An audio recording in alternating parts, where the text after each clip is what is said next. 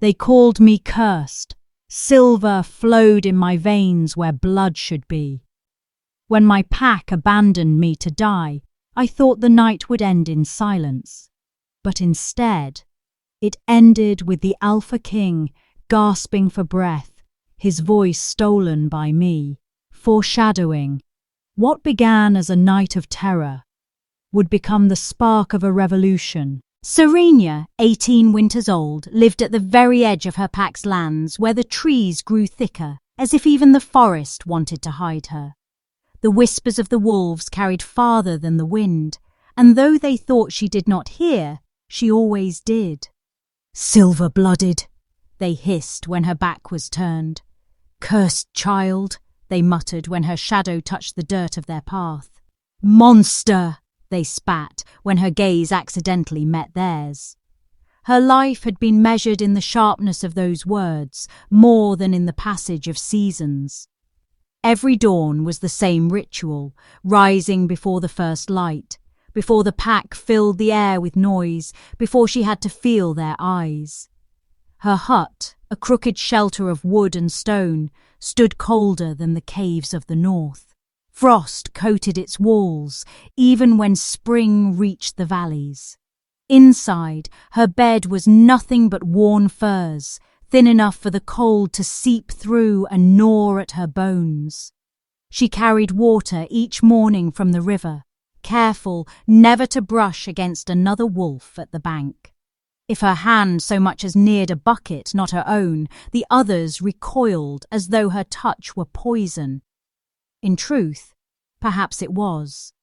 Her veins carried liquid silver instead of red blood, a truth whispered like fire but never spoken aloud to her face. She remembered the day a cut on her palm had dripped onto the soil, shimmering unnaturally in the sun, and the healer Erindor's horrified eyes. From that day on, no one touched her, no one except Lyric. Her younger brother was the only warmth left to her, a boy with soft eyes and a quiet smile. He was not brave enough to defend her in public, but sometimes, when no one was looking, he would slip her a crust of bread or leave a flower at her door. Those small kindnesses were the fragile threads keeping her from collapsing under the weight of her exile. Yet even Lyric's secret gestures could not protect her from the pack's scorn. Every step Serenya took across their lands was met with lowered voices and turned backs. Mothers pulled their children aside when she walked past. Hunters spat on the ground as though to cleanse her trail. Elders crossed their arms and shook their heads, whispering about omens and curses. She did not cry anymore. Tears had dried years ago when she realized no one would comfort her. Her silence became her shield, but silence was not enough to erase the hatred in their eyes. Today, the air was different. The village stirred earlier, restless, filled with an undercurrent of dread and ceremony. The tribute day had come. Every few seasons, the pack was required to offer someone to the Alpha King, Draven Veynar, ruler of the North. The offering was said to appease his wrath, to keep his soldiers from tearing through the weaker clans. Whispers claimed he devoured those given to him. Others said he chained them as pets, or tested them in cruel games until they broke. None of the offered were ever seen again. The thought coiled in Serenya's chest like ice. She had known this day was approaching, and she had prayed in silence that the lot would not fall upon her. But prayers meant nothing to wolves who believed her existence was already a punishment from the gods. She tied her hair back with shaking hands, though there was no one to look beautiful for. She cleaned her hut one last time, a strange instinct telling her it might be farewell. The villagers bustled about with tense excitement, stringing banners and lighting fires to mask their unease. Drums echoed faintly in the square as the first preparations for the ceremony began. Serenya watched from the shadows, her stomach hollow. She had no role to play in their joy, no invitation to their feasting, only a place marked for her by fate. She felt the pull of destiny closing around her like a chains. Even before they called her name, she knew. Corvin, her father, stood among the elders, eyes as cold as winter stone. He did not look at her, but his silence was louder than any accusation. He had never lifted a hand to her, but he had never offered love either. He carried the weight of the pack's honour, and to him she was the stain that must be hidden. If her removal restored their standing, he would not hesitate. Salvara, the Northern Alpha visiting for the ceremony, cast her cruel eyes over the gathering. Her lips curved with something close to delight when they landed on Serenya. Serenya's heart stuttered, a wild bird caged inside her ribs. She tried to draw breath, but the air felt sharp, heavy with inevitability. The pack's children giggled cruelly, already sensing what was to come. The women whispered, "It will be her." The men shook their heads, muttering that at least the king would be satisfied.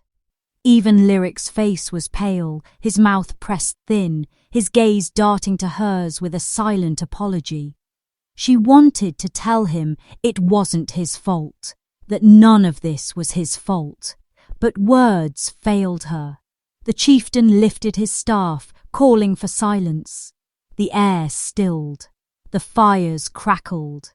The name he spoke did not surprise her, yet still it shattered her like glass. Serenya. Her knees weakened, but she did not fall.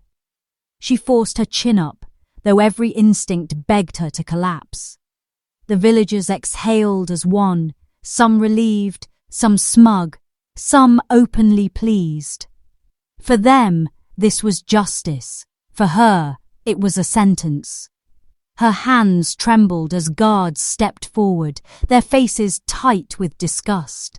She wanted to scream, to run, to plead, but pride chained her voice. Instead, she let them grasp her arms, their touch quick and unwilling, as if she burned. Her heart pounded with the rhythm of the drums now thundering through the village square. The world blurred, the noise thick, the faces indistinct. Her fate, clear as day, pressed heavy upon her shoulders. They would not just offer a tribute, they would offer the cursed child, they would offer the silver-blue Ikaon soul, they would offer the monster. They would give him me. The Alpha King's name carried weight like thunder, a sound that travelled across mountains and lingered in valleys long after it was spoken, and Serenya felt that thunder in her chest as the guards dragged her forward through the square, chains biting deep into her wrists, the cold iron marking her as a possession rather than a wolf. Whispers rippled through the gathered crowd, as if her very presence carried a storm. Whispers of Draven Veynar, not merely a ruler, but a beast in man's skin, cursed by the moon, a nightmare carved into flesh and crowned in shadow, a figure so dreaded that even seasoned warriors lowered their voices when speaking his name, for tales of his hunts were etched into the marrow of the north. Of how bones cracked beneath his claws, of how his eyes glowed the colour of blood when the full moon rose, and Serenya, though she had never seen him before, could feel the gravity of that legacy press against her ribs like a blade. The crowd parted like frightened sheep, leaving her exposed in the widening path, every step dragging her closer to the looming figure, seated upon a high seat of black stone. His presence darker than the banners that hung above him, his stillness more terrifying than a roar. And when her trembling legs at last betrayed her enough that the guards forced her to her knees, she dared to lift her gaze just once. Only once, for even in exile she had been warned never to stare at a predator for too long. But her defiance lasted a heartbeat, and it was enough.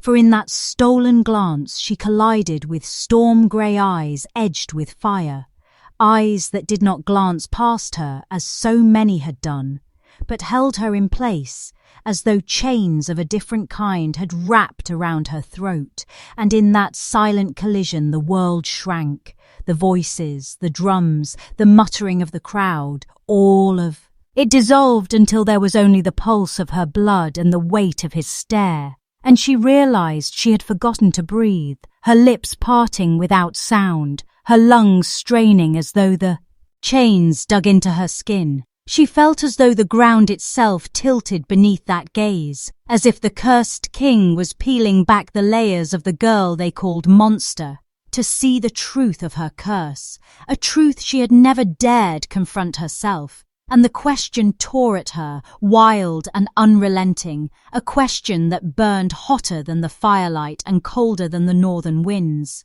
Why did the monster of the north look at me, as if he already knew me? The ceremony glittered with firelight, the flames casting gold across banners strung between tall poles, music swelling from drums and hollow flutes. Yet for Serenya none of it carried warmth or joy, for though the pack feasted and danced, she was no guest, only prey, a living offering dressed in simple cloth while others shimmered in silks and jewels, their laughter curling like knives in the air around her, sharper still because it was directed at her very existence. Wolves gathered in clusters, their whispers no longer hushed but bold, cruel and deliberate, as if the king's presence gave them permission to sharpen their hatred. And she stood at the centre of it all like a shadow under the blaze of celebration, her chains rattling softly whenever she shifted her weight, a sound that marked her as other, a sound that kept her separate, a sound that reminded everyone she was not one of them, never would be, never had been. The torches painted every sneer, every mocking smile in bright relief, and her ears caught the words she had heard all her life, but with sharper teeth now: silver blood, cursed child, monster. Yet this time the cruelty did not end with whispers. For Selvara, the ruthless alpha of the north, stepped from her place among the guests with the grace of a predator, her dark furs brushing the ground, her voice curling like smoke as she sneered for all to hear. A silver blood, poison, dressed as a girl. Perhaps the king will feed you to his hounds. And though the crowd chuckled at her venom, Serenya felt her stomach twist, her face burning as if branded, her heart cracking at the humiliation that dripped like acid into her veins. But she said nothing, for words would only fall into the waiting mouths of her enemies and be twisted against her. So she bowed her head, trying to hide the trembling of her lips, the ache in her chest, the shame that clawed at her throat.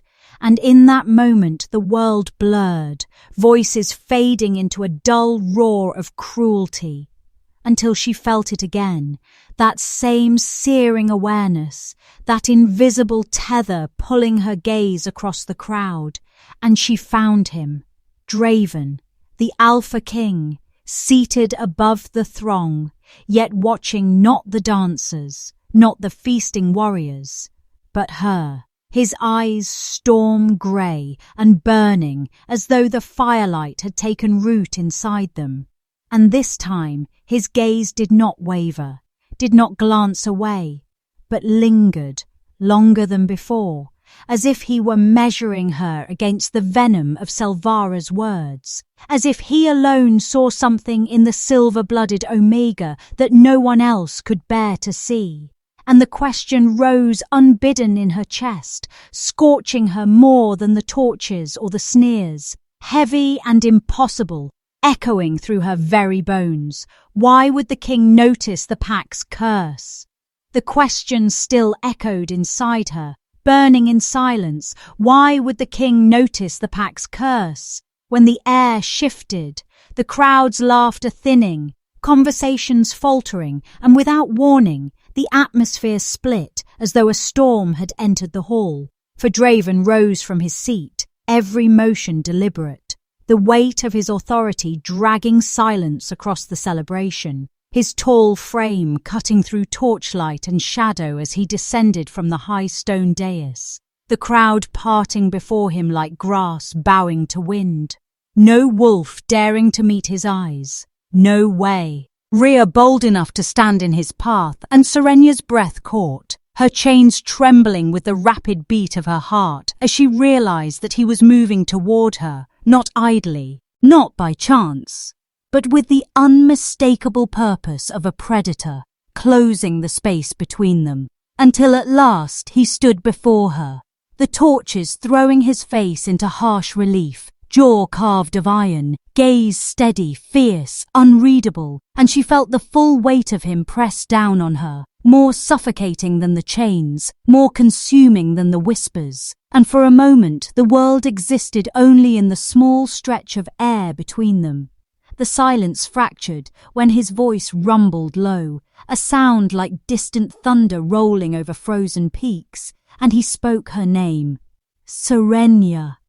Not spat with contempt as her pack had always done, but spoken as though he claimed it, as though the syllables were a mark he pressed onto her soul, and the shock of hearing her cursed name in his mouth stole whatever scraps of defiance she had clung to, leaving her trembling, lips parting though no answer came, her voice crushed beneath the storm of his presence. And then he leaned slightly closer, enough for only her to hear, his words seeping like fire into her bones. Be ready. Nothing more, nothing less. Yet in those two words lay a command, a warning, and something else she could not name, something sharp and heavy that left her mind reeling. And before she could shape even a question, he stepped back, the air shifting as quickly as it had stilled, his presence pulling away like the tide leaving a shore. And with each step he took, the crowd dared to breathe again, murmurs rising like a restless wind as he returned to his place, leaving her trembling in the torchlight, her heart beating against her ribs with a violence that hurt, her throat tight with unsaid words, her mind spinning with the echo of his voice, and she stood there, chains biting into her skin, whispering inwardly to herself, though no sound escaped. Be ready for what? The unanswered question consuming her as completely as the gaze that he had bound her in silence. The question gnawed at her. Be ready for what?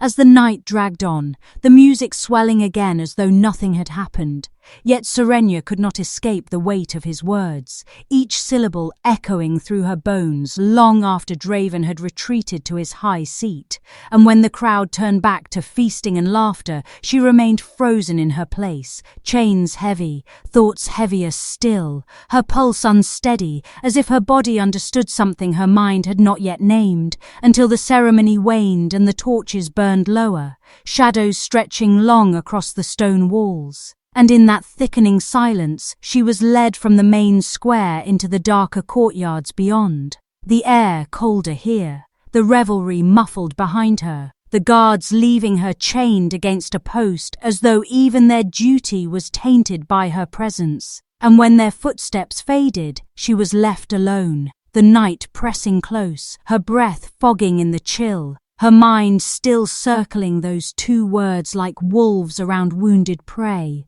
until a movement broke the stillness. A tall figure stepping from the darkness, broad-shouldered, his presence unmistakable even before the torchlight brushed his face. Draven, watching her with eyes that gleamed in the dim light, and for the first time there was no crowd, no witnesses, only him and her beneath the veil of silence, her chains rattling softly as she shifted, heart racing with the wild thought that he had come not to condemn her, but to see her, truly see her, and when he stopped before her, close enough that she could feel the heat radiating from his body, she forced herself to meet his gaze, though her throat was dry and her courage faltered, and at last words tumbled from her lips in a low, trembling whisper, words she had never dared give voice to before. Why me? A question raw, desperate, aching with years of rejection. And he studied her as if weighing the truth of her soul before answering, not with mockery, but with a strange, dangerous softness, his voice carrying a depth that sank into her chest. "Because you are not what they say you are." And she blinked, stunned, unable to speak, for no one had ever spoken of her without venom, without scorn, and before she could grasp his meaning. His hand moved, slow, deliberate, lifting not in threat but in something almost gentle, his fingers brushing against the back of her bound hand, and she gasped, not because it hurt, but because he did not recoil at the touch, his skin meeting hers as though she were not poison, as though silver did not flow in her veins, and her eyes burned with tears she could not allow to fall, her voice breaking as she whispered again, "You don't understand. My blood. It burns." And to her shock, he did not draw back, his thumb still resting against her scarred palm, his expression unflinching as he murmured, "I have known pain far worse than fire." And his words carried a weight she could not untangle, a truth hidden like a scar beneath armor, and she realized in that moment that the king bore secrets as heavy as her own, though neither dared speak them fully, and for one breathless heartbeat she felt a strange connection spark between them, fragile yet undeniable, until the sound of footsteps shattered it, sharp and hurried, a voice cutting through the shadows, calling the king's name, forcing him to step back into the darkness, leaving her trembling against the post, her scar tingling with the memory of his touch, her heart aching with questions unanswered, her mind echoing with the fragile certainty that she had glimpsed not only the curse of a king, but the man buried within it. The echo of his retreating footsteps lingered in the courtyard, leaving Serenya pressed against the cold stone post, with her heart still racing, her scar burning faintly where his hand had touched, and before she could steady her breath, the shadows split with new figures, Salvara at the forefront, her sharp smile catching the torchlight, like the gleam of a blade, flanked by guards whose eyes gleamed with contempt, their movements quick and deliberate, as though they had been waiting for this moment. And Serenya's pulse faltered when Salvara's voice cut through the silence, dripping with triumph. "Did I not say it? The silver blood conspires in darkness with our king." Her words loud enough to be carried to every ear that hungered for scandal, and the guards seized Serenya's chains, jerking her roughly forward, the iron biting deeper into her wrists as Salvara circled like a vulture, her laughter low and cruel, poison wrapped in a girl's skin, whispering lies to twist the king's mind. Such treachery must be ended before it spreads. And though Serenya's lips parted to deny, no words came, her voice strangled by the sheer weight of accusation, and in the silence her stillness was mistaken for guilt. The guards tightening their grip as murmurs rose beyond the courtyard, wolves gathering with hungry eyes, eager for blood, and among them she saw faces she knew, hunters, mothers, elders, each gaze filled not with pity, but with loathing sharpened to knives, and the shame pressed like a stone upon her chest as Corvin stepped forward. Her father, his face as hard as carved granite, his voice flat with disappointment. "You've shamed us long enough."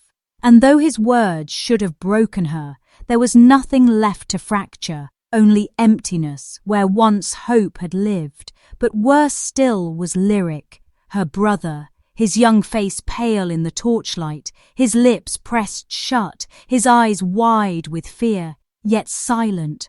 Always silent, unable to save her now, and the betrayal cut deeper than the chains, deeper than the whispers, deeper than Salvara's venom. For silence from those she loved hurt more than hatred from strangers, and the crowd thickened, voices rising into a chant, their judgment already sealed, their hunger fell, or her downfall swelling into a tide she could not withstand.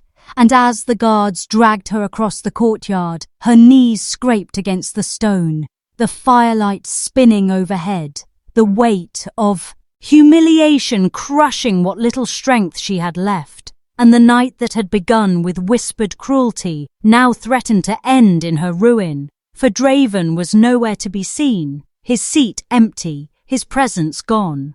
And for the first time since his eyes had locked onto hers, she wondered if she had been wrong to believe there was anything more. Wondered if she had been a fool to imagine mercy in a world that had only ever offered her scorn. And the certainty settled in her gut like ice.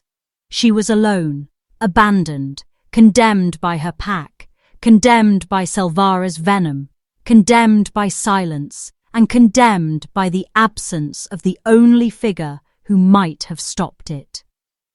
The chant of the crowd pounded in Serenya's ears like a war drum, each voice another stone hurled at the fragile walls of her resolve, her vision blurring as she stumbled beneath the rough pull of the guards. Her body dragged toward the execution stone that waited like a silent beast at the center of the courtyard, and the night air bit at her skin, sharp with the scent of smoke and fear, the torches crackling as if mocking her final moments, and still no sign of Draven, no storm-grey eyes to shield her, no voice to silence their jeers, until despair coiled so tightly in her chest, she thought she might shatter from it. But then the earth itself seemed to tremble, a sound tearing through the night so primal it silenced every voice at once. A roar, deeper than thunder, roarer than any beast she had ever heard, and the guards froze mid-step, their grip faltering as the crowd staggered back, eyes wide, and from the shadows at the far edge of the square he emerged,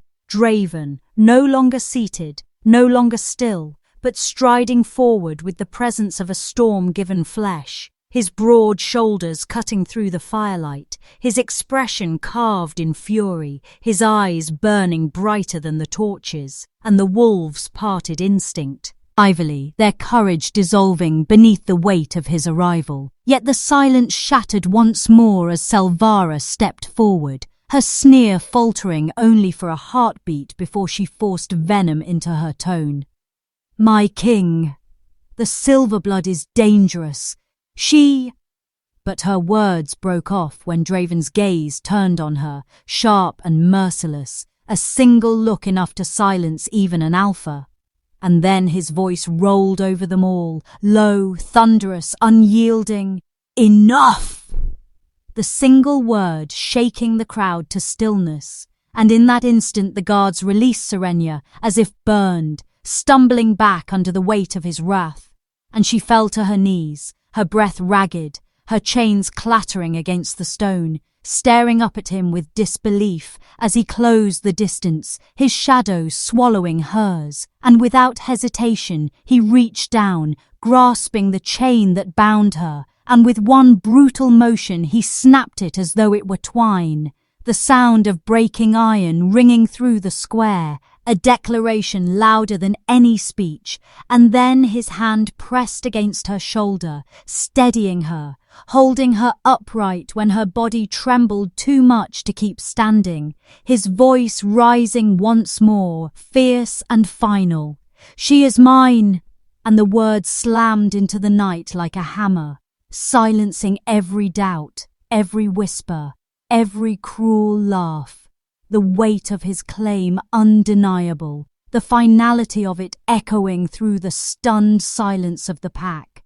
And though Serenya's chest ached with confusion, though her throat closed with fear and disbelief, the tears that blurred her eyes were not only of sorrow, but of something else, something fierce and unfamiliar, the fragile edge of relief, the impossible warmth of protection, the dizzying realization that the monster of the north had stepped into the storm of her ruin and stood between her and the world. And as the firelight danced around them and the crowd stew, odd frozen, no one daring to speak, no one daring to move, Serenya's heart pounded with a new, unrelenting question. What did it mean to be claimed by the cursed king? The square still echoed with the weight of his words. But as the torches sputtered lower and the murmurs of the silenced wolves turned into reluctant dispersal, Draven did not release her. His hand lingered at her shoulder, firm, grounding, and though the chains had fallen away, she felt the invisible bond of something heavier tightening around her chest, an unseen tether forged not by iron, but by the force of his claim. And when at last the crowd dissolved into shadows and Salvara's glare retreated with venom unshed, he guided her from the courtyard with a stride that allowed no challenge, the hush that followed them as deep as snowfall, his presence a shield against the sting of every whisper. And Serenya, unsteady and overwhelmed, stumbled once before his hand caught her elbow, steadying her as though her trembling were an inconvenience he would not allow. And they passed beneath the looming gates into the quiet of the palace grounds where moonlight silvered the stones, softer than firelight. And here the air was gentler, carrying the cool scent of pine and frost, and her lungs found space to breathe again, though her heart still beat too fast, too loud, each thrum echoing the memory of his voice claiming her before all. And when they reached a secluded courtyard ringed with ivy and pale statues, he stopped, finally turning to face her, and the fire of his fury was gone, leaving only that storm-grey gaze, quieter but no less intense. And she felt her knees weaken beneath the weight of it, words clawing at her throat, though none dared escape. But then his voice came, lower now, stripped of thunder, a rasp edged with something unfamiliar, almost weary. "You are safe now." And though the words should have soothed, they only deepened her confusion, for how could safety exist beside him, the very monster she had been taught to fear? Yet as the silence stretched, as the wind rustled the ivy and the moon carved silver across his sharp features, she found herself whispering the only question that burned, raw and aching. "Why?" And his jaw tightened, his gaze flickering with a shadow she could not name, a glimpse of some burden far older than her pain. But instead of answering, he turned away, pacing a step into the moonlight, his cloak catching the light like a black wing. And after a long silence he murmured, not to her, but to the night, "Because peace never lasts long in this world." And though his tone was quiet, the truth in it made her blood run cold, a prophecy she could feel settling into her bones. And when his eyes returned to hers, there was something there, recognition, perhaps, or warning, or the echo of that first impossible familiarity. And she understood then that whatever bond had been forged tonight was not one of chance but of fate. And as the moonlight bathed them both, silver on her skin and shadow on his, she realized her life had been torn from the ashes of despair and bound to a king cursed by the same moon that had doomed her. And though the courtyard was silent, though no wolves stood to witness, she felt the weight of the world tilting, the promise of storms gathering at the horizon, and a tremor passed through her as she thought, with equal parts fear and wonder, this was not the end of her story, but only the beginning.